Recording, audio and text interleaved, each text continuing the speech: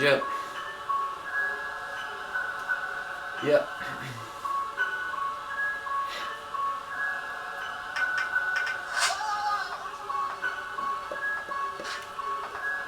Huh.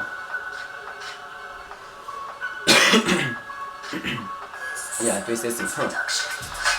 Olho pela janela, vejo a chuva a cair. Não me apetece ir lá para fora, mas tem que ser, tem que ebulir. Então saio apressado porque já estava atrasado. Até que surge ao meu lado uma criança a pedir.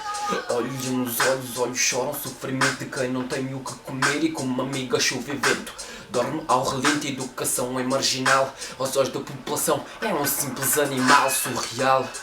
Esta porra de país, daqueles que olham de lado e empinam o nariz, daqueles acostumados a ter tudo e ser feliz, mas esquecem-se dos pargatos que sobrevivem por um triz. Jesus, diz-me onde é que andas. Na igreja não é certeza, formatadores de mentes humanas. E tu que andas debate nessa maré, abre o olho para a realidade, para o que realmente ela é. E se me dizes que não, então és ganda Zé. Vês tropa no chão, não dás a mão, chutas com o pé. Mas não te esqueças que mais tarde na escuridão, e quando o teu melhor amigo se chamar a solidão, aí pedes perdão pelo que foste no passado. Um puto egocêntrico, mimado e mal criado. E eu fico pasmado com a minha geração. Preferem drogas tipo barria, uma boa educação. Não me digam que não, este é o caminho que temos. Como bom português só vimos aquilo que queremos. Compramos um molho de shit com o dinheiro que não temos. Oh Deus, tu usas shit que nós os jovens somos menos.